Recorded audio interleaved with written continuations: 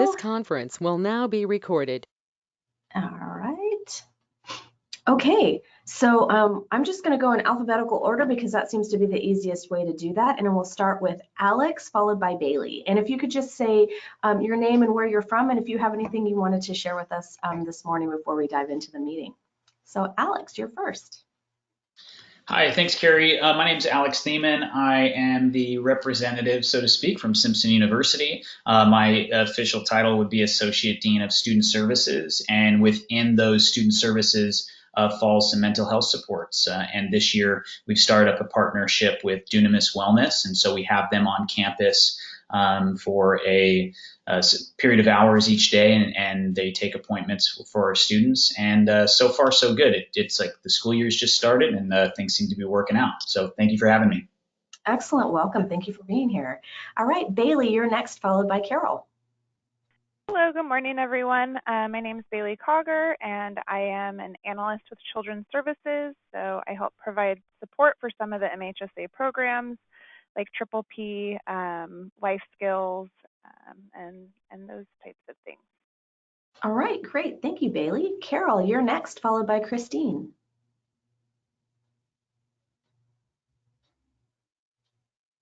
Sorry, I was meant to turn on my microphone, turn off my camera too. My name is Carol Loa, and I am the Division Director of the Community Correction Center with the Probation Department. Great, thank you. Christine, you're up next, followed by Christopher Diamond. Hi, I'm Christine Stewart. I'm a nurse at Marcy Medical Center, and I'm here as just a concerned citizen today. Great, thank you, welcome.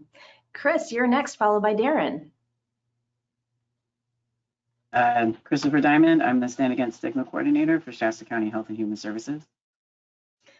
All right, thanks, Chris. Darren, you're next, followed by Denise.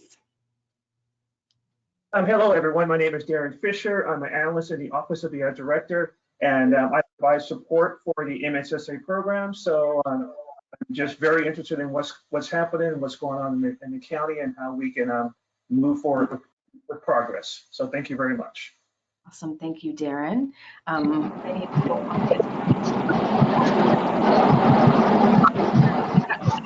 lot of feedback from you.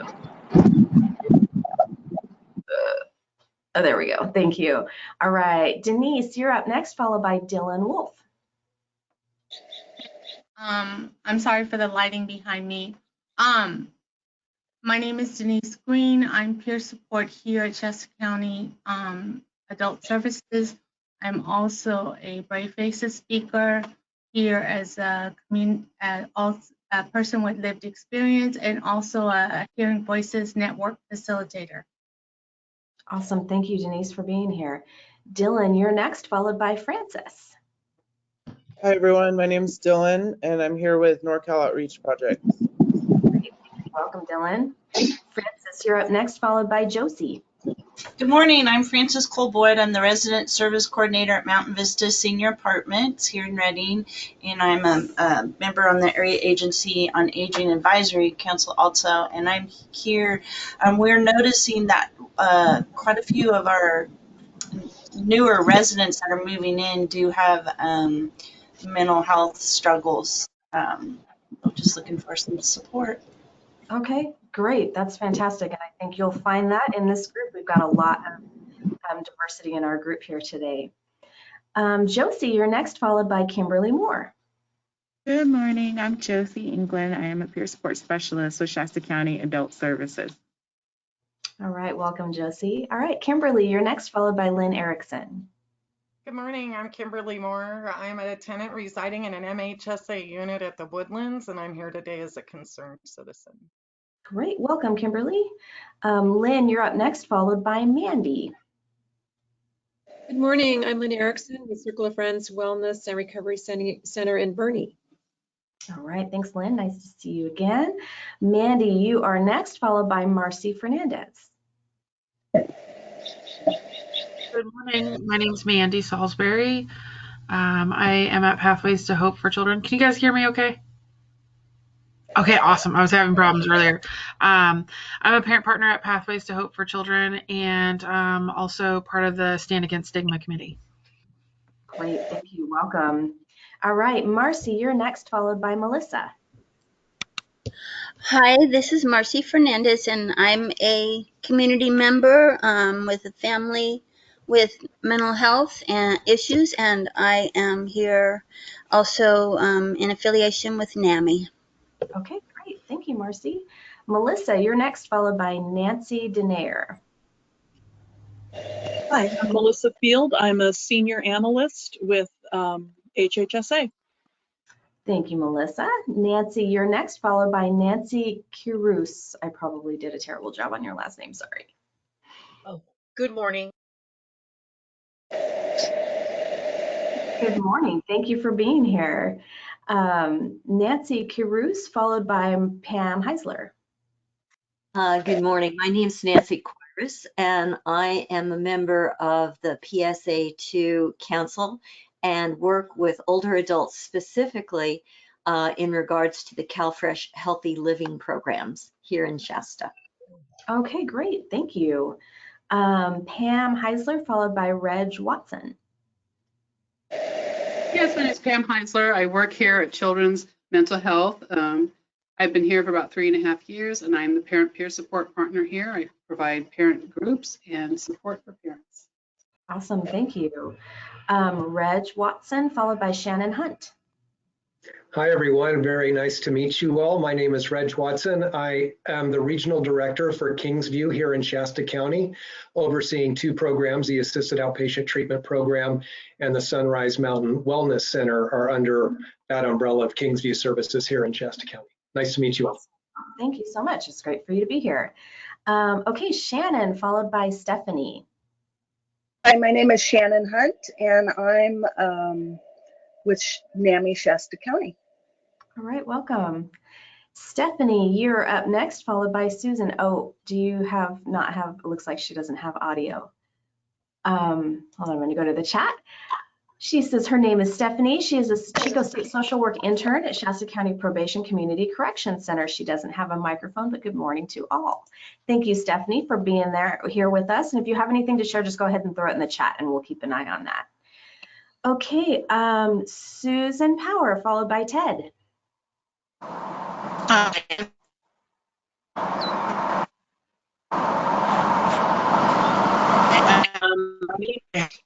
Have a time with my son, Susan, with NAMI out and out in the how much bandwidth, but I wanted you to see my face. Yes. If you hadn't met me, and I will be listening. All right. Thank you, Susan, for being here. We appreciate it. And yes, you're a little bit choppy, but it is wonderful to see your face, always. Ted, you're up next, followed by Terry Gabriel. Ted Rios, Shasta County HHSA. I'm fiscal support for MHSA. Thank you, Ted, for being here. He's the guy that makes sure that we spend our money wisely. Terry Gabriel, followed by Tina. Hi, my name is Terry Gabriel. I'm the director of PSA2 Area Agency on Aging, where our agency provides services for older adults in a 5-county area, and I'm here in support of older adults and mental health wellness. Thank you for having me. Thank you. And Tina, followed by, we're going to go up and grab the people that we missed. So Tina, after you, we'll have Charlie Minor. Hi, my name is Tina Stefanich. I'm the program manager for Sunrise Mountain Wellness Center, a program of Kingsview, as you heard from our regional. And it's a great pleasure to see all of you finally seeing faces. Feels real. Anyway. All right. Thank you, Tina. And then we'll go to Charlie, followed by Robin Bowman. Charlie Minor, member of Shasta County Mental Health Alcohol Drug Advisory Board. Thank you for being here, sir. And last but not least, Robin Bowman. Robin Bowman, Deputy Branch Director for Adult Services. I'm glad to be able to join in today. Yes, we're happy to have you. Did I miss anybody? If I did, just shout it out. Okay, so far so good. Thank you all. I know that's a little bit of a time-consuming exercise, but I think it's really helpful to kind of see and hear who else is in the room. And we've got a great, great diverse group as always. I always hope that that's going to be the case. So I'm really happy to see all of you. Thank you for taking the time to be here with us today. In the chat, I put a link to the demographic survey.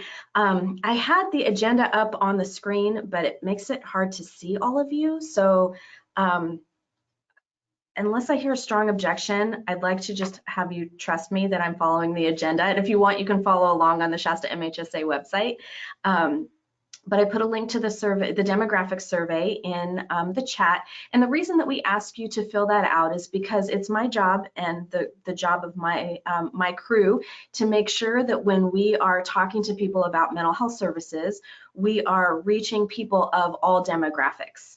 And so this helps us know if there are groups that we are missing. And if we're missing some groups, then we need to do a better job of outreaching to those certain groups. So it's really helpful if you fill those out and send those back to us. Of course, it's not required, but it's very helpful to all of us. So if you have a minute, you can either do it now or you can just save it to your desktop and fill it out later at a time that's more convenient to you, whatever makes sense. Okay, I am going to share my screen one more time to go over the respectful discussion guidelines. Okay, I sure love it when we can meet in real life, but I'm going to not be cranky about that today. This is the list that we usually post up on the board when we're in person. And these are the respectful discussion guidelines that we've used before, but I like to go over them every time just to make sure that we're all on the same page about what this space should look and feel like. And if anybody has anything they'd like to add, we can talk about that for sure. So I'm just going to go across like this since we're scrolling down. One mic, one voice, that just means that one person should speak at a time. We like to use I statements, so everybody speaks from their own personal experiences rather than speaking on behalf of others. We make room for everyone. People should be aware of how much they're speaking and try to balance contributing to the conversation and listening to the contributions of others. Some of us talk a lot and some of us are not quite as comfortable talking, and we all want to hear all of your opinions. And so if you're somebody who talks a lot, maybe take just one or two steps back. Sometimes if you hear yourself talking a lot, and if you haven't spoken yet in our meeting, when we get toward the end, please feel brave enough to do that, because we really do want to know what's on your mind. Correct gently. If someone says something offensive or incorrect, we like to politely call them on that. Letting comments slip by can make the space less safe. Avoiding generalizations and assumptions. We don't like to make blanket statements about any groups of people, whether it's religious affiliation, gender identity, ethnicity, or other things. C is the awkward. Sometimes, this doesn't happen a lot, but sometimes some of the information and discussion shared here might be difficult. And so it's really okay to express your disagreement or discomfort so we can all learn together as a team. That's what we're here for. Respecting confidentiality, stories or comments shared in this space should remain private. If you would like to share someone's story or comment, please ask them first. And then uphold commitments. Please honor your commitment to learning in this space and respecting the safe space guidelines. Does anybody have anything they wanted to add to that? Or any of those guidelines that you cannot abide by?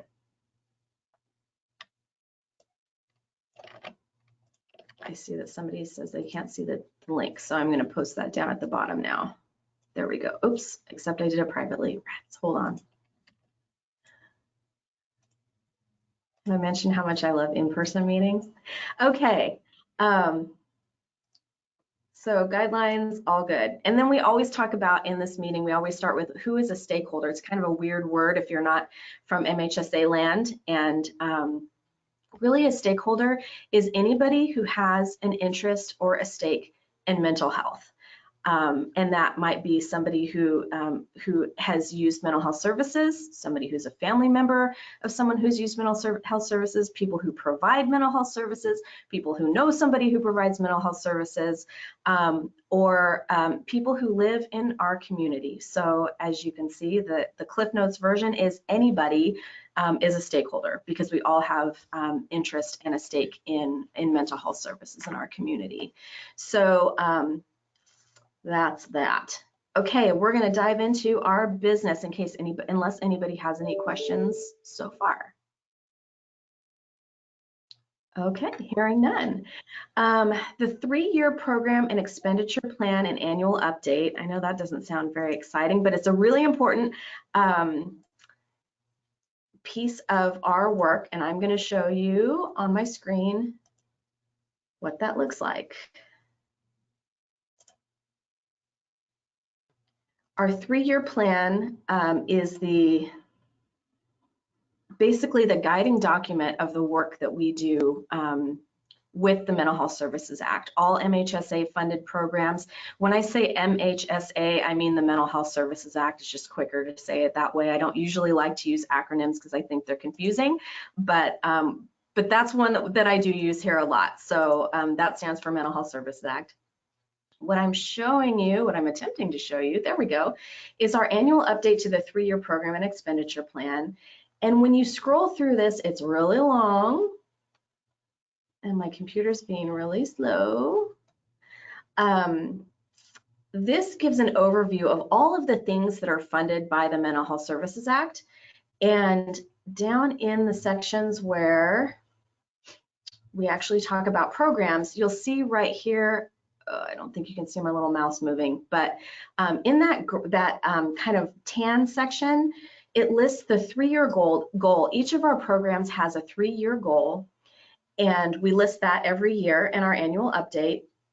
And then underneath that is the year 1 progress, and that's everything that we've done in the past year that is pushing us toward that goal. So every year we update that in our new annual update. Does that make sense? And so if you want to know more about which programs are funded by which sections of MHSA and what our plans are for those things, you'll find all of that here in this annual update. And you'll find the annual update at ShastaMHSA.com. You can also just Google Mental Health Services Act Shasta County, and hopefully the MHSA page will come up. I'm scrolling because I want to show you the other sections. This is what I'm looking for. We also include the budgets for each of our programs in this. And so if this is something that interests you, that is where you can find this. We will begin working on creating the next version of the annual update probably a little bit later this year. We like to have it done by, we like to have a draft done by around February or March, so that we can show it to all of you as stakeholders first, so you can share any feedback you might have about it. And then it goes to the Mental Health, Alcohol, and Drug Advisory Board, and then it goes to the Board of Supervisors for approval, and then it goes to the state. So we'll have more to share on that in the next, probably at the next meeting, we'll probably have done at least some preliminary work on next year's annual update. Does anybody have questions on that? Okay. Hope Park Project. Next thing. This is, we have talked about this at great length in this meeting, but I wanted to give you an update on this, and this isn't very interesting to look at, so I'm going to stop sharing my screen so I can see your faces again. It was years ago that we did some brainstorming in our in this stakeholder meeting when it was in person in the Boggs building, and we had all the big sticky notes all over the room, and we brainstormed all kinds of things. And one of the things that bubbled to the top was some sort of a project that would help children who have, particularly children who have high levels of adverse childhood experiences, and then also our older adults, because we have a lot of older adults in Shasta County, and also we know that there can tend to be challenges with isolation, depression, things like that as people start to age. And so our stakeholders, many of you were part of that process, said, you know, wouldn't it be nice to do some kind of an intergenerational project that helps solve both of those problems at the same time? So we put together what's called a request for proposals. This is probably review for some of you, but I just want to make sure everybody's on the same page with how we got here. We did a request for proposals saying we wanted to do an intergenerational project of some kind. And we had a handful, I think we had 4 applications, and the one that was selected by the panel of people who decide those things was the Hope Park project, which was proposed by Pathways to Hope for Children. And it's an intergenerational project where older adults will be matched with kids based out of teen centers, but they would also be doing projects, doing like high energy activities, you know, going hiking, or, you know, all kinds of different fun things, building relationships with those kids. And then they would also be in the teen centers together, where, you know, they've built these relationships with these fun high adventure activities. And then those kids have somebody that they can come and talk to. You know, sometimes kids don't have someone to go home to at the end of the day, and, you know, these folks will be able to help them, you know, with their homework. And the director had talked about doing things like having the older adults lead some cooking classes, for example. So they would teach the kids how to cook a meal, and then those kids would take those meals home to their families, maybe with a little card that has like a conversation starter for the dinner table. So saying, take this awesome meal that I made all by myself with the help of my, you know, my mentor.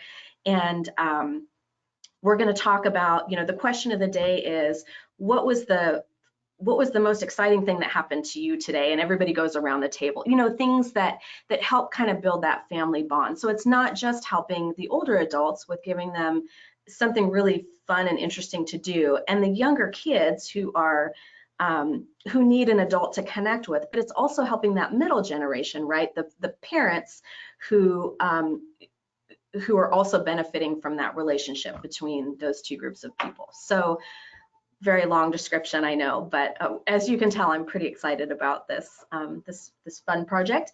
It has been approved by the Mental Health Board and the Shasta County Board of Supervisors. It's now with the state, and we're hoping that it's going to go to the Mental Health Oversight and Accountability, Mental Health Services Oversight and Accountability Commission. That's a mouthful.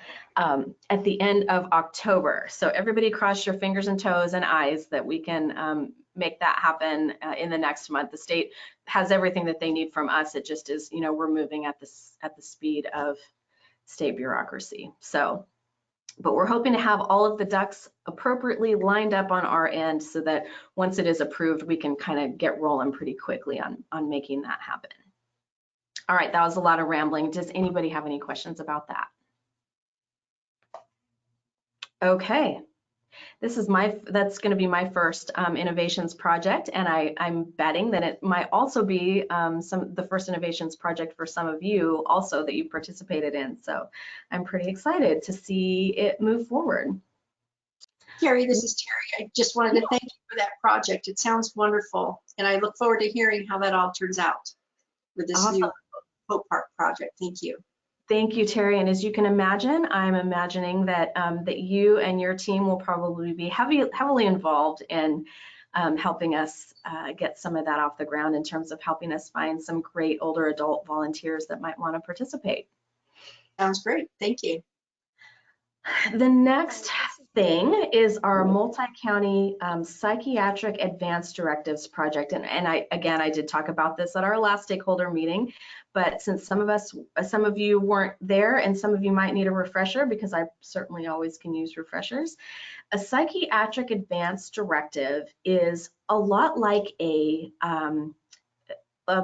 medical advanced directive, if you will, but it allows a person to sit down with a peer support specialist and maybe friends and family and whomever else they want to involve in that process, and help talk through and write down the things that they need for either an emergency room physician, a law enforcement officer, anybody of that nature to refer to when that person is in mental health crisis. So for example, I'm feeling good and healthy today, and I could fill that out with the help of all of these people and put it into this system, which doesn't exist yet. That's what would be created through this project. But when all is said and done, then I would have a psychiatric advance directive. So if I were to find myself in mental health crisis and I can't make sound decisions for myself, my voice is still able to be heard because it's all been written down and collected in this psychiatric advance directive. It's a project that 5 different counties are working on together. It's really complicated, but it seemed to be a really important thing to help make sure that all of our residents have a voice in the event that they experience a psychiatric emergency and are not able to express, but need for people to know how they should be treated in that situation. You know, what medications work for them and which ones don't, what person they should call. You know, if that person needs their mom or their sister or their brother or their husband or whoever it might be, who to call, what sorts of things. You know, some people have trauma associated with, let's say, with men, and so it's better for that person to have a female working with them as they're experiencing this psychiatric emergency. It has all kinds of components to it, and it really is customizable for the person who's filling it out. So that's another one it's going to be a while. It's a multi-year project, and it involves a lot of complicated things that are a little beyond my understanding in terms of how it would be physically kept. But basically, you know, there would be a database created and then people, of course, would need to know about it. We would need to make sure that all law enforcement, all hospitals, all people all over know that it exists. So the first thing somebody does when they put someone on a 5150 hold is check that database and see, is this person in it? What does this person need from me right now during this moment of crisis? So again, rattled on for a little while. Does that make sense? Does anybody have any questions about that I can try to answer? Okay, so next step on that is we are working on a contract with a provider through Syracuse University. And again, all 5 counties are working on this with the help of a consultant who is now in private practice, but she used to be the mental health services coordinator down in Ventura County. So the great part about that is that she's familiar with MHSA because she used to do the job that I do, just on a much bigger scale. And so she knows sort of the ins and outs of dealing with county governments and county council and boards of supervisors and all of those things, all the steps that we need to go through. So right now we're working on, each county is working on a contract with Syracuse University and I think it's called the Blatt Institute. It's BBI is the initials. I can never remember what the guy's name is, but through Syracuse, where they are going to be working on all the logistics, to make a long story very long and probably not very interesting story short. So working on that too. So that is going to hopefully spend down some of our innovations funds. Innovations and PEI funding, prevention and early intervention funding, are funding streams that have to be spent within a certain period of time, or else they revert back to the state. And of course, we do not want the state to have our money. So we need to make sure that we are continuing rolling forward with all of these different innovations projects so that we can spend our own money, which seems like a smart plan to me. Does anybody have any questions about, did I ask you that, about the psychiatric advance directives? Carrie again from Can I ask the name of the lady that you mentioned, the one that you said used to do the same job in Ventura County? What was her name? Yeah, her name is Kiran, Kiran Sahota, Sahota. And her, gosh, I'm going to get you the name of her company. Great, thank you. It's called something Forward, Concepts Forward. Is that what it is? Yes, Concepts Forward Consulting. Yay, my memory's not as bad as I thought it was. Great, thank you. She's working hard for us right now, so we're really appreciating her work. Who are the 5 counties? Yes, that was my question. Thank you. Oh, sure. Okay. Wow. Hold on.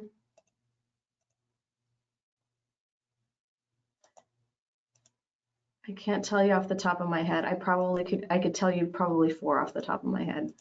Oh, except I lost my page here.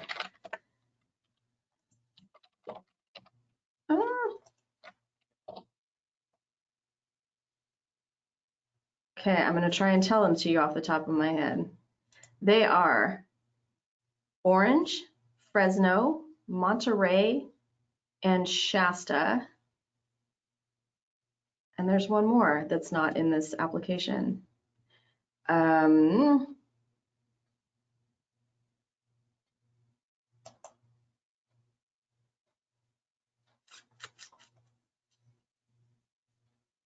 cannot remember off the top of my head. I will look that up at the end. Did I say Mariposa, I believe. Mariposa, yes, thank you, Melissa. And it was their desire to get a good mix of larger and smaller counties. Mariposa, of course, is teeny weeny, and Orange is big and giant, so we're somewhere in the middle. They consider us small-ish. Fresno, of course, is also a large county, so it'll look a little bit different probably for each of our counties, and I will actually be coming to you once we get a little bit further in the process to talk about one of the questions that they want to know is who we want to target first in terms of when we're doing outreach to encourage people to fill out psychiatric advance directives. What types of people are we looking for? I believe one of the counties chose people experiencing homelessness. Veterans was another target group. All kinds of, the world is kind of our oyster when it comes to that. So with our small county, it kind of seems like we don't necessarily need to narrow it down, but it's, of course, that decision will be up to all of you, and I'll have more of a structured conversation about that once we get a little bit closer to the time that we can start doing some work on that. Any other questions about psychiatric advance directives? Okay, those are all of the updates that I have for you. So as is usual, we'd like to do an open forum. If anybody has any questions, ideas, suggestions, any gaps that you're seeing in our mental health system that we might be able to look at addressing, things that are new, things that you want to talk to each other about now that you see who's here. Does anybody have anything that they would like to share? I'm sorry, my phone is ringing off the hook. That usually doesn't happen. I'd like to talk for a minute, Carrie. Sure, please. Of course. Okay, so again, I'm Kemberly Moore, at MHSA tenant at the Woodlands, and I want to say, because I'm really seeking solutions, anything that I say, you have my permission to share outside of this meeting, because I want to find solutions. And I'm really glad to hear that there's somebody from Simpson here today, because the issue that I want to address real quick is gaps. And so we're definitely having a gap in some tenants being able to get advocacy or services. And I'd like to, I just realized yesterday that HUD has what they call resident advisory boards. And since, for 4 years, some of the tenants here have been asking for residents council, and we have hurdles put in front of us. Some of them could even be our own. it's very complicated to run a residence council, and there's talk about a can of worms. And so maybe the solution is something like a residence advisory board, but also that involves HUD, and HUD has a stake in this too. And as a tenant at the Woodlands that's been having a problem getting advocacy, I've met the burden now, but it's been 4 years. To have an outside agency that's not necessarily beholden to mental health or Shasta County or the company managing us or any of the agencies funding us, but somebody, a board of, a few people whose mission is to be a place where tenants like myself in housing that has county, state, and federal funding, that we could get true representation. We have some serious issues that we need to bring to the surface and address and find solutions for. And so far, the way this system is set up, in 4 years, I haven't been able to get to that advocate or that solution.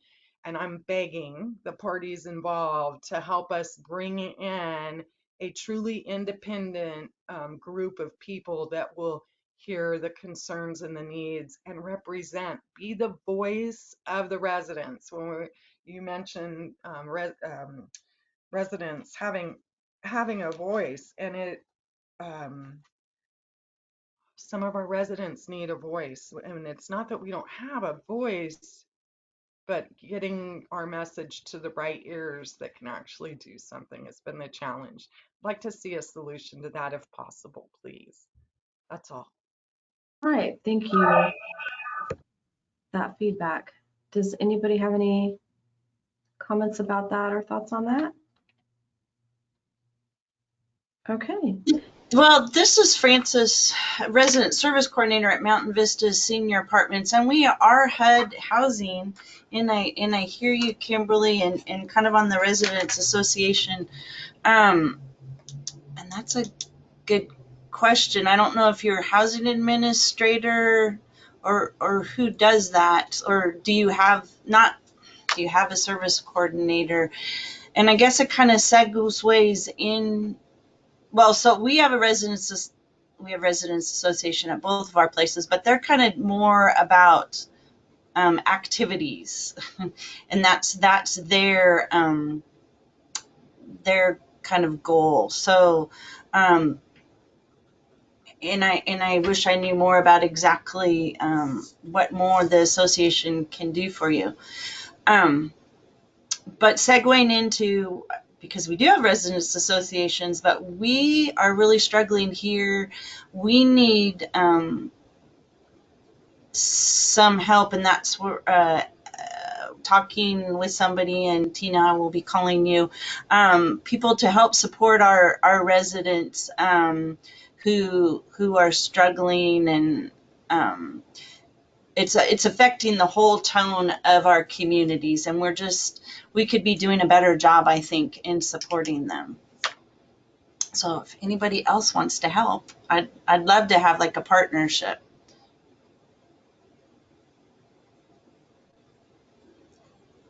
Right. I don't want I don't you know to how much I can help as a tenant or a resident at the Woodlands, but I believe that in order to bring real solutions, we have to be willing to be part of the solution. And so if there's some way that I can volunteer, help support, serve the people who, what you're talking about, getting a group of people together, I'm willing to get involved. Thank you, Kemberly.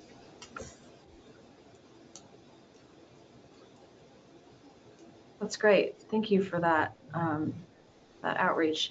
And I don't want you to think that I'm checking out while I'm looking over on this other screen. I'm trying to take notes about what all of you are saying. So thanks for your patience with that. Does anybody else have anything that they'd like to bring up in our open forum? This is Carrie again with PSA2 Area Agency on Aging, and I just wanted to share a program. that the area agency is enabled to take an advantage of. Through the California Department of Aging, they've launched a Connections Health, Aging, and Technology program. They call it the CHAT program. And this provides a limited number of iPad tablets to older adults that are affiliated with the Older Americans Act program participants. And those are programs that are funded by federal and state through PSA2, which is nutrition, family caregiver support, and Title III health promotion. The purpose of the program is to respond to COVID-19's impact on social isolation and well-being, and to help bridge the digital divide, which we all realize is a real thing out there with for older adults who are not connected to the web or through any means of internet access to information. So the tablets will include data plans as well as free instruction on how to use the tablets. And there is a qualification process through a survey to determine the need for social engagement and well-being of the older adult.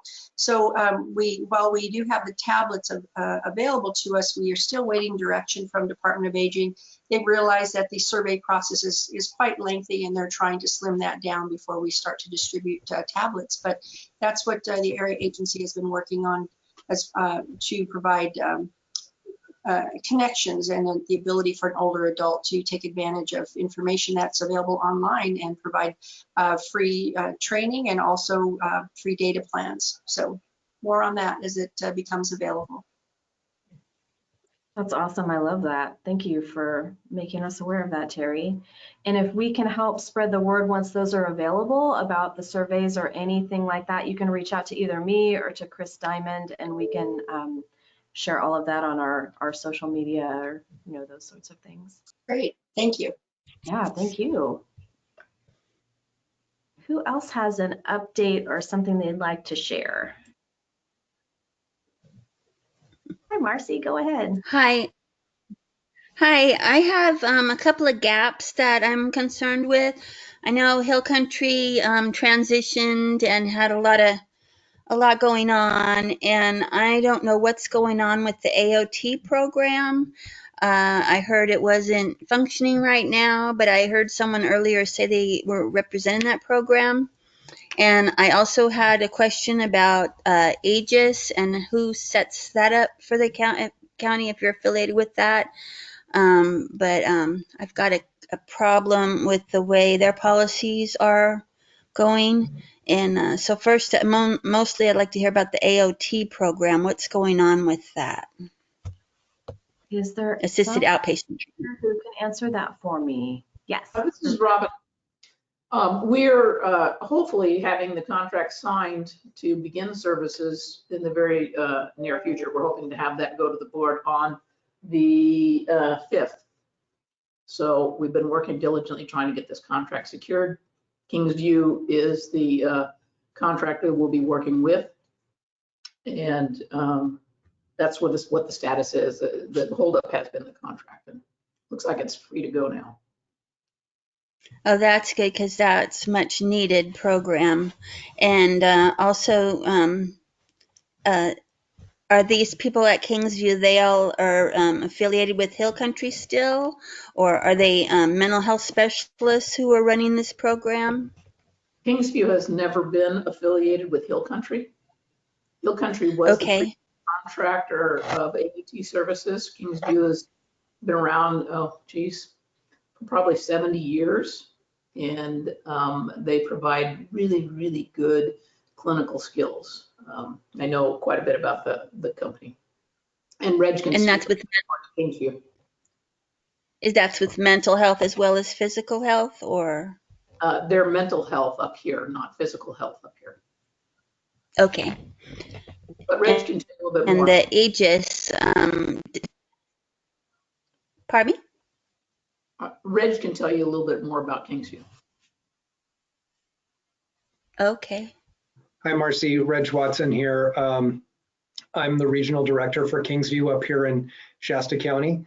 So the AOT contract, as Robin pointed out, was with Hill Country. But we now have the contract and will begin providing services as soon as the Board of Supervisors is able to sign off on the contract. And we have 2 licensed mental health clinicians working in AOT, plus 2 case managers and an administrative specialist, all of which will be fully dedicated to the AOT program. So as soon as the contract is signed, we'll be beginning to provide services here in Shasta County. That's awesome. Will you be picking up the old people that were successfully helped with the Hill Country AOT? Are they going to be transitioned, or do they have to reapply, or? That's not entirely clear to me right now, Marcy. That's probably a question better for Robin or Paige Green, who are with Shasta County and overseeing the program. But that part is not completely clear at this point. Okay, thank you. What did occur is that we met with Hill Country. They elected to continue to work with a certain number of clients, and the rest were sent to the county. And we've had a team working with them as their interest was in coming back to the county. So anybody who is not currently being served, by all means, should be coming into the county. The county will be the gatekeeper to getting into the AOT program. Mm-hmm. And so the referrals will come that direction to Kingsview. Okay, thank you. And does anybody know anything about Aegis? Is that part of? They're a separate contractor, much like Kingsview, but they're not a Shasta County program per se.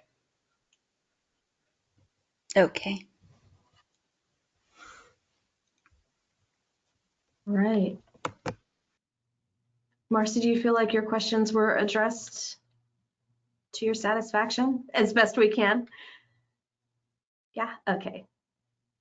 You're still on mute, I'm sorry. This is Paige. I just was wondering if there were some specific things about Aegis that you wanted to talk about. Maybe we could talk after or something. If you had some specific questions or concerns, I'd be happy to hear that and see what I can do to help out. I would really like that. How do I contact you? I'll put my information in the chat. How's that? Thanks. Thanks a lot. Paige? Kim, did you have another question? Actually, I just wanted to back up for a minute to the Hope Park project and offer, possible network. In Indian country, I know that Dr. April Lee Goforth, the founder of RISE Resources for Indian Student Education in Alturas, California, and she's the founding member of those women's Native American female drum, very, very reputable. At any rate, we had a program where we bridged seniors with the youth, and we would send them out to lunch. We had funding, but we would send them to lunch together with lists of questions for them, for the youth and the senior, different questions coming from each of them. But it helped for the seniors to understand what the youth are facing in today's time, and then it helped the youth learn about the seniors and to have appreciation and value for our elders. And so if you guys would like contact information for Dr. April Lee Goforth, I believe that she would be able to help provide some information that may really boost what it is that you're about to engage in, the path you're going to go down with the Hope Park project. Awesome. Thank you for reaching out with that. And I totally agree. And we talked a little bit about how, the older adults have so much to share with kids, but kids also have a lot to share with our older adults, right? Like, hey, I can show you how to FaceTime on your phone so you can, contact your grandchild who lives in Florida or whatever it might be. So yeah, we're really excited about those partnerships. And again, Pathways to Hope for Children is the contractor who's going to be working on that. So if our Pathways folks want to reach out to Kimberly, it sounds like she's got some great contacts. So thank you for volunteering that. I appreciate that. All right, any other open forum type things? If not, what I would love to do, oh, I'm glad you raised your hands, Tina, because I would love to, I hate to put you on the spot, but have you and maybe Lynn just give a quick update on how things are going with the wellness centers in this very strange time. And I know you've got some very exciting news, so we're ready for you, Tina. Oh, right. I was going to say, Lynn, ready? Paper, scissors, stones. Who wants to go first? I'll be brief. So we are going to a hybrid model. Yay. A year and a half of online, and now we're finally in our new building. As you can see, this is my office. It's bare right now, sorry, but at least it's clean. So yes, we are in our new space. Our new space is 1300 Hilltop Drive. We are behind the Bank of America. Please be careful when you park and walk across the drive-through area, because these people don't realize it's a parking lot and they think it's the 5 freeway. So just be very mindful of that. It's kind of interesting. The space is great. It's over 2,000 square feet of fun, plus a full teaching kitchen and lots of rooms. But because of COVID, we'll be doing most of our meetings in the main meeting room. We will be opening our center up to people starting October 4th. That will be from the 1 to 3, our last group ends at 3. So it's the last 2 groups of the day. We are going to keep it still in a hybrid. So the first 3 groups will be online, and the 2 last groups of the day will be in person. We will be starting with Wrap 1 seminar. It is full. So if you want to attend and you didn't get in, you got to wait. Sorry. It is full. I'm so stoked. We have almost over 12 people signed up. So we're pretty full there. We will be offering Wrap seminars every 8 weeks. So if you miss this go around, you'll have another shot at it towards the end of the year. And then we're going to have like our art and craft groups, our movement groups and journaling groups and mindfulness groups will be held in the center. All of our other processing groups, support groups will be held online still. We are not able to provide transportation at this time because of COVID. We are highly encouraging people to utilize RAVA and public transportation. We do have the punch ticket bus passes for people. If they don't have bus passes, we will be able to provide those temporarily with the hope of inspiring people to get their own bus passes to utilize RAVA more efficiently. It is a little bit of a journey. It takes about, like if you're from Shasta Lake or Anderson, it's going to take about an hour to get here with the transfers and such. But if you're in the city, it shouldn't take terribly long. So with that, we're excited to be open, and I'm just thrilled to be able to offer services in person again. One of the cool things that we did set up in our center is a sensory room. For those of us who live on the spectrum, we get overwhelmed so easily. It doesn't take much. So we are putting together I want to call it a light show aquarium, if you will. It's not a light show, really, but we're utilizing light and spectrums of the light mixed with cool little fishies that come in them. And anyway, it's really cool looking. So it'll be bubble lights and all kinds of stuff. We have stuff you could sit on that lights up. And a whole goal of this is to just calm so that people, when they're overwhelmed, they have a place to just chill for a minute. So we're excited about that. That's kind of new for us. And with that, I guess that's all the updates. If you're not getting our calendar or newsletters, you need to call me so we can get you on our mailing list, because that's how we do a bulk of it. We send everything out in a PDF format. Our calendar for October will be going out this week. It's being finalized now. It should be ready to go by Thursday at the latest, along with our newsletter. So if you want to hit me up, feel free to give me a holler. You can reach me at 530-440-4097. And please come and be happy to give you a tour. We are working from the office right now, so you just need to give me a holler or give me a call so I know you're coming, and we'll give you a brief tour. All right, thank you. Isn't it too bad that Tina doesn't like her job? Carrie, let me just jump in, if you don't mind, for a second to give props to Tina and her team. They have done an outstanding job keeping the Wellness Center up and running and providing service to members throughout this whole last year and a half. I mean, ever since I came on with Kingsview. So I just want to give a big shout out to Tina, because her and her team have just done phenomenally, despite all the difficulties that we've all faced with COVID. They've kept it up and going, and the membership is strong. And so just really appreciate all Tina and her team have been doing. Thank you for that. I also wanted to ask, Tina, did you want to give a pitch for, for the people who might be new here, what types of, who should be going to or referring people to the Wellness Center? Anybody can refer in. The beauty of our program is it is free-ish. It's free. We don't bill for services. I love free. Who doesn't like free, right? We offer wellness. So early to advanced recovery wellness. So if you're in AOTville, or you're at the beginning of the race, is how I kind of put it, you got to race, right? Do you start the race at the end or the beginning? Typically, it's a better experience if you start at the beginning, right? And I realized my mirroring's off, so at the beginning.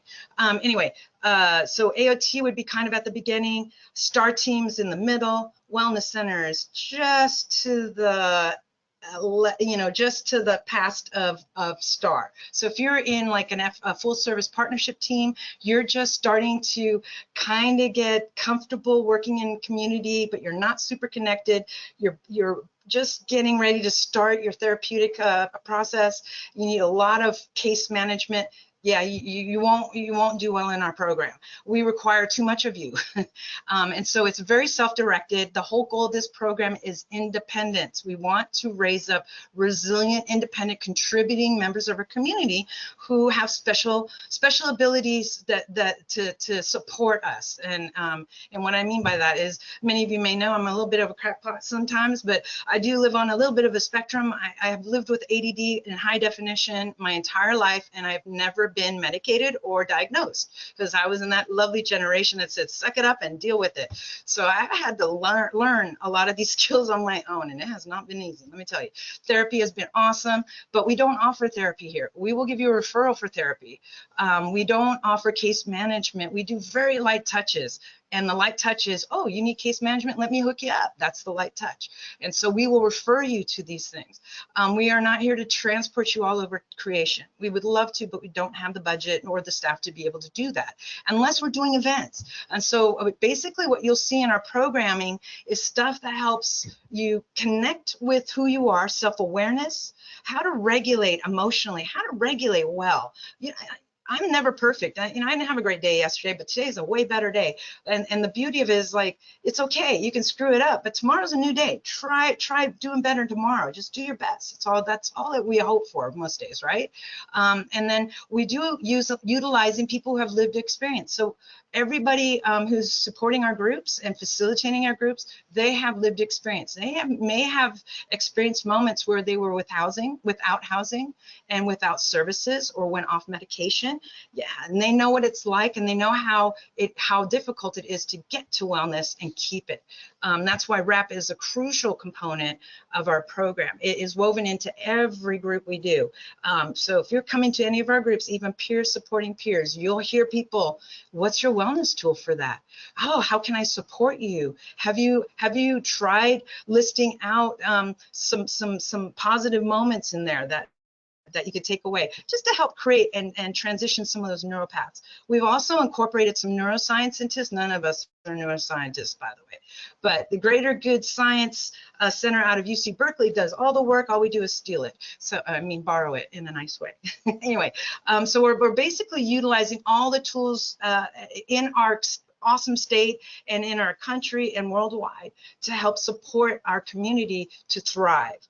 And we are seeing some amazing results. And I cannot thank you, Reg, for that shout out, but I really have to give onus to the membership. The consumers have been really, really the backbone of this program. They have been with us the entire time since March 2020, when we had to go into a lockdown and move everything and pivot online. Yes, there was a little bit of pushback, but they've embraced this, and we have grown. I was kind of blown away by that. We've actually grown online. But I will tell you, I know it's a Band-Aid. It's a Band-Aid at best, but the beauty of the online hybrid program is you're getting people who have social phobias or, agoraphobia or whatever, and they just can't get in person. This is a nice alternative. They can come in for a few minutes, get support, really push through, and we've seen people do that where they just inch their way into a 50-minute group. And so I just think it's been amazing. We've hit the entire gamut of 18 to PSAs to your population as well. And I'm looking forward to working with the aging population, especially because I know the isolation has been really challenging and very difficult. And we've had some great success with that. It's not perfect science, but we do our best. Anyway, I hope that was enough and not too much. So That's great. Thank you so much. And then over in our Intermountain area, we have the lovely circle of friends with the lovely Lynn Erickson. Do you want to give us a quick update on how things are going over there? Sure, thank you. Tina and I were on the phone a couple of weeks ago, kind of trading notes, talking about RAP. I'm really pleased that we could refer a couple of our care center staff to her RAP group that's coming up. So that was pretty awesome. Also, kind of trading notes about what the last year and a half has been like. For us, we too did not have participants in our building starting March of last year. And just a kind of a brief history, we started on GoToMeeting and ultimately Zoom right away, 3 times a week. Like that was helpful for some people, but not everybody really likes that that model. So we kept that up. For some people, it was a lifeline, and so we kept it up the whole time.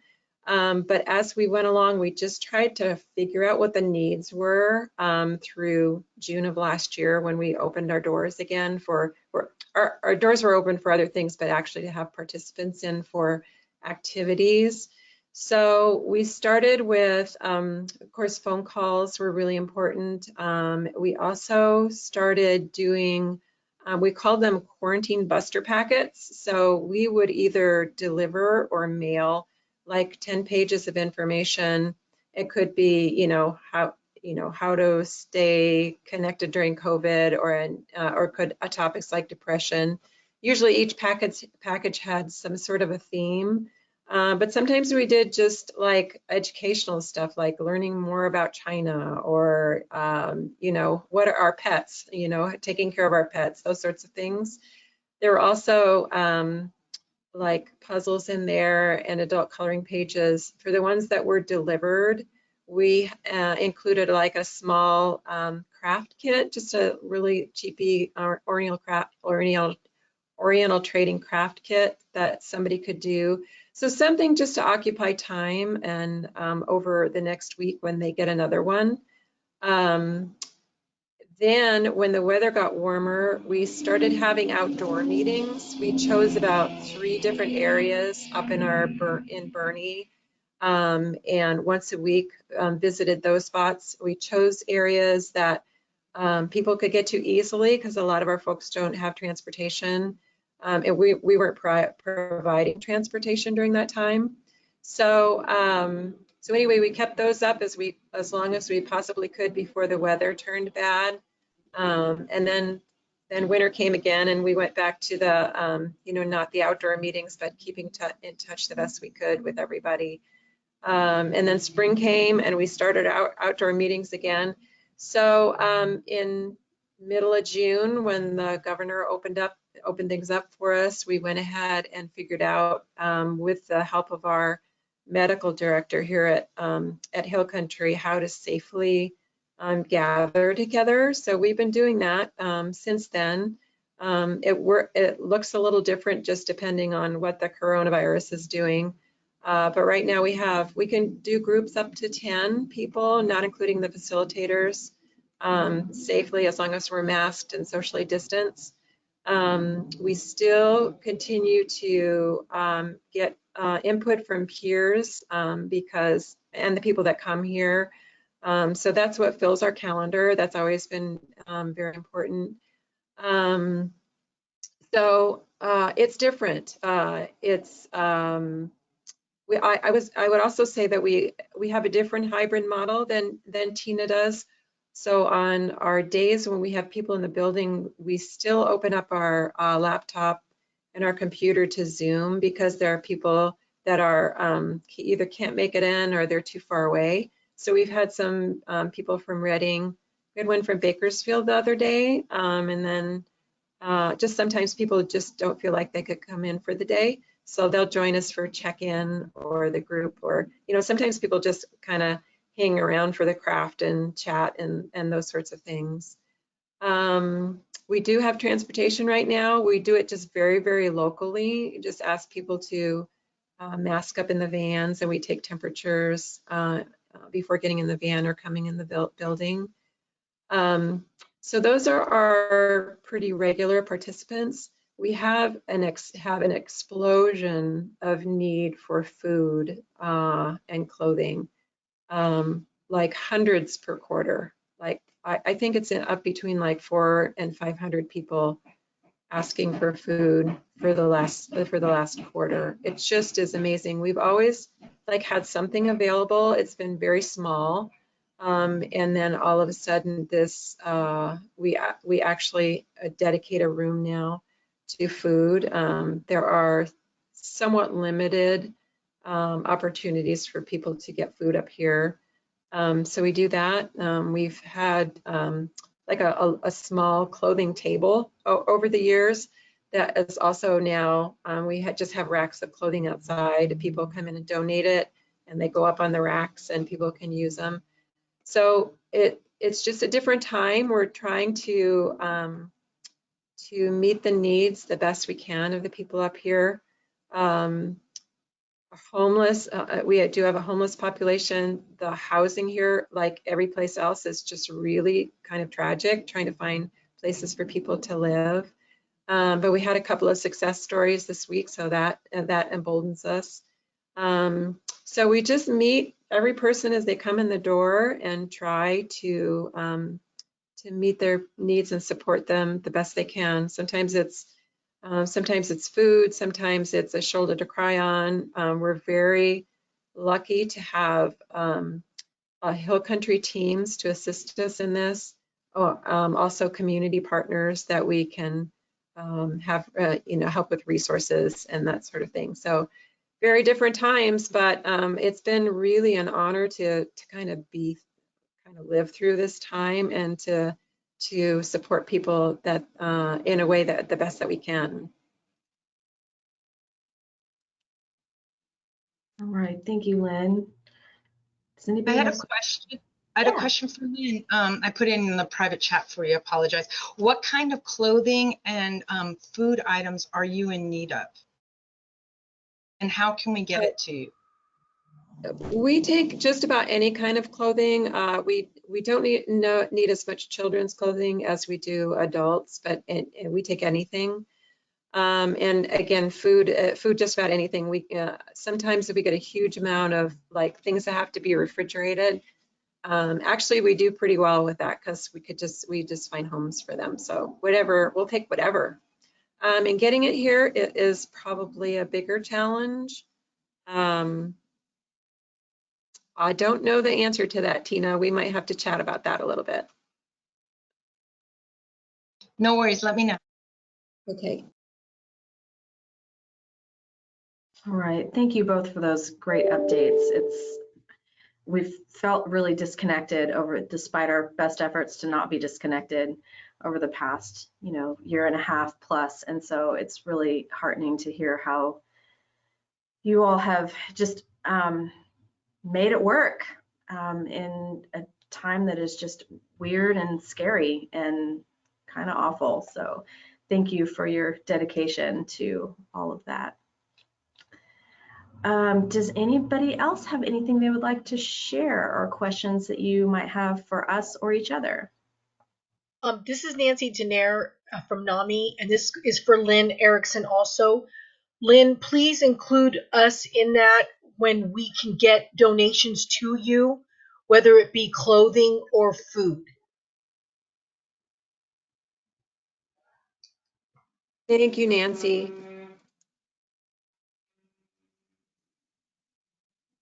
You're welcome. All right, anybody else? Carrie? Yeah.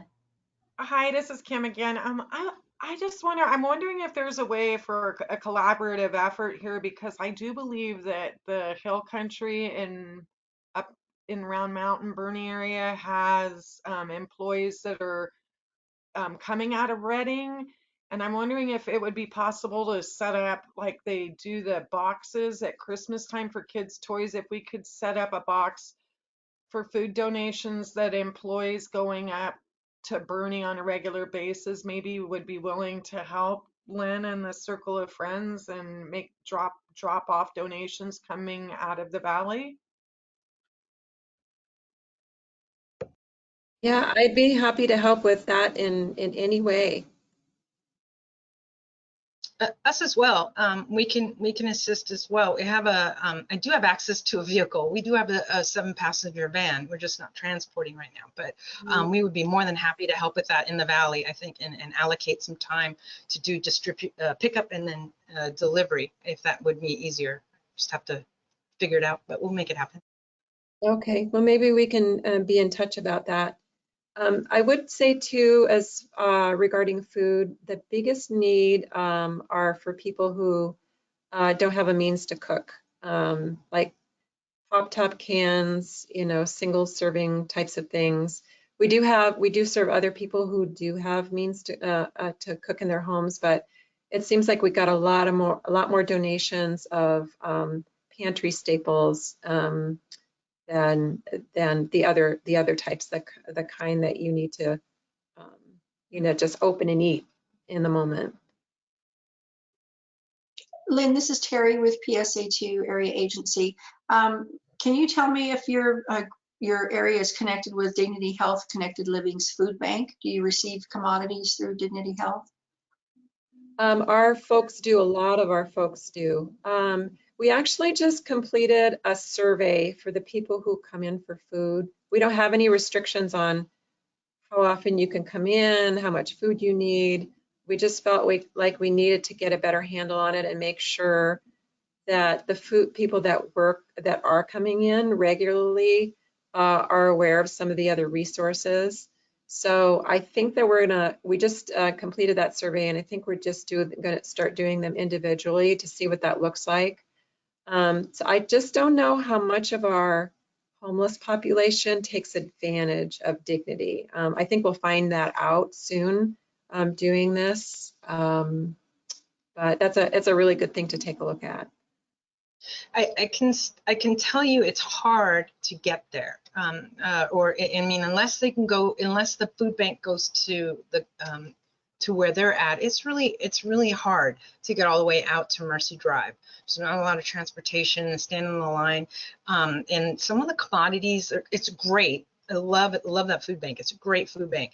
Some of the commodities are not easy for those who are living without a kitchen to utilize, and they don't have it. It's not always the same products over and over again. So it may be rather limited.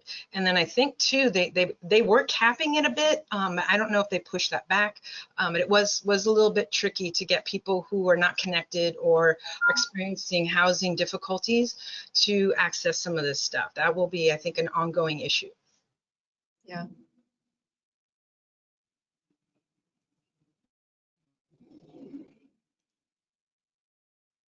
All right, any other thoughts or questions or ideas or updates that any of you want to share with any of us?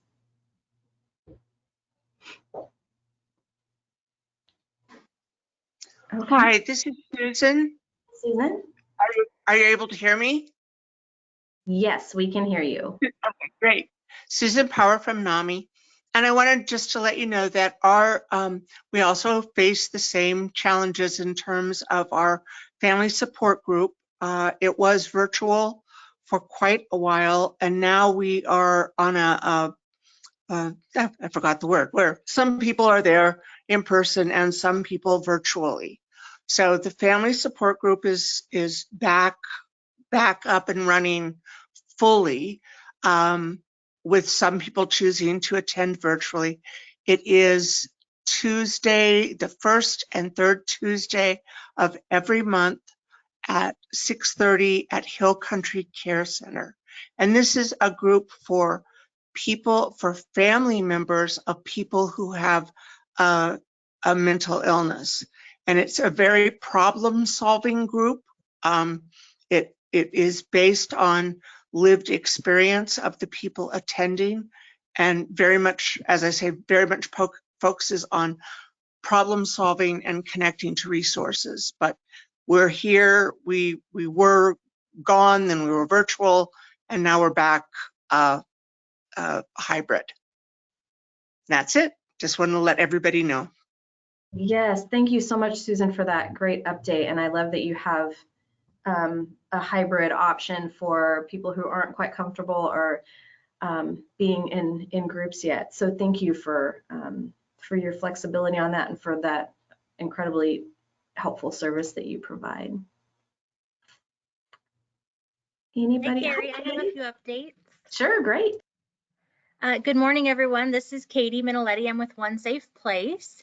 And we do have a couple changes happening over here right now. Something really exciting is that we have a new intern coming in through Simpson University's counseling program. They will be supervised by Dunamis Wellness, and she's going to be here, I believe, every Wednesday, Thursday, Friday morning to provide some crisis intervention therapy for our clients and also some advocacy.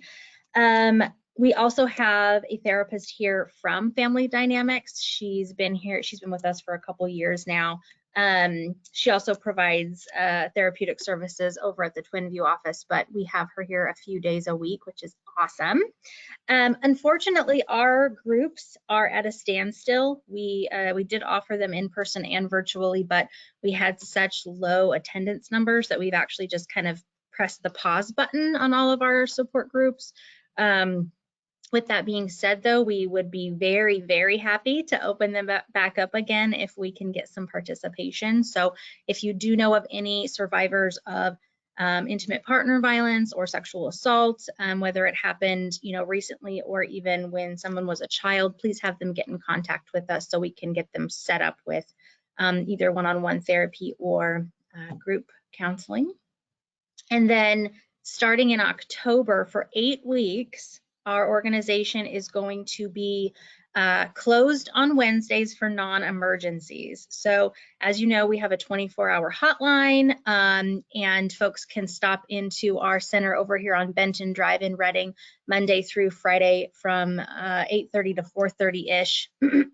But we will not be taking any appointments on Wednesdays moving forward so that we can really focus on staff wellness. And we have a lot of secondary trauma going on with all of our volunteers and employees, and we need to give them the skills and the tools and time for self-care that they need to be the best advocates that they can be. So I'm really excited about this time period. The next 8 weeks, we're going to be doing mind-body medicine skills groups, in addition to just a lot of hands-on training and self-care time. So again, if anyone does need us in an emergency situation, please have them call our 244-0117 number. We will have advocates on hand. If anyone comes to our front door also in an emergency situation, we will be here. I'll just pull some folks out of our trainings to assess the emergent need. But if anyone can wait until the following day, we will be back open on Thursdays. And I think that's all I had, unless anybody had any questions for me. I had a question, Katie. Hi, it's Lynn. I'm so happy to hear what you're doing on your Wednesdays. I know that during this time off, when our wellness center was, our doors were closed, that was over 13, 14, 15 months. We really took that time to learn how to take care of ourselves as staff. During that period of time, there were so many opportunities for like self-care webinars. We did Mind Body here too at work. but it was just a really wonderful time. I think we grew closer during that time. It was a really tough time for us and the world and everything that was going on, but I felt like we really grew closer through that. I did have a question for you. We often refer down to One Safe Place. Are you open for like a visit from our staff so we can kind of see firsthand kind of what you have down there? Absolutely, Lynn. In addition, we have our very own advocate in the Bernie area. And she likes to take calls specifically from the Intermountain area since that's her community and she knows the area. So please let folks know if they are from that area specifically when they call in to ask for the Bernie area advocate. Our goal in the next year or so, it won't happen overnight, but our goal is really to have a satellite office up there again, and our advocate would be spearheading that project. So that's kind of in our back pocket right now. It's not something we're actively working on, but I do hope to get it up and running in the next 12 months. We've kind of put standard tours on hold also because of COVID. We're considered a residential facility, so we have to be very, very careful about wearing masks and distancing and all of those things to protect not only our staff, but also folks staying with us.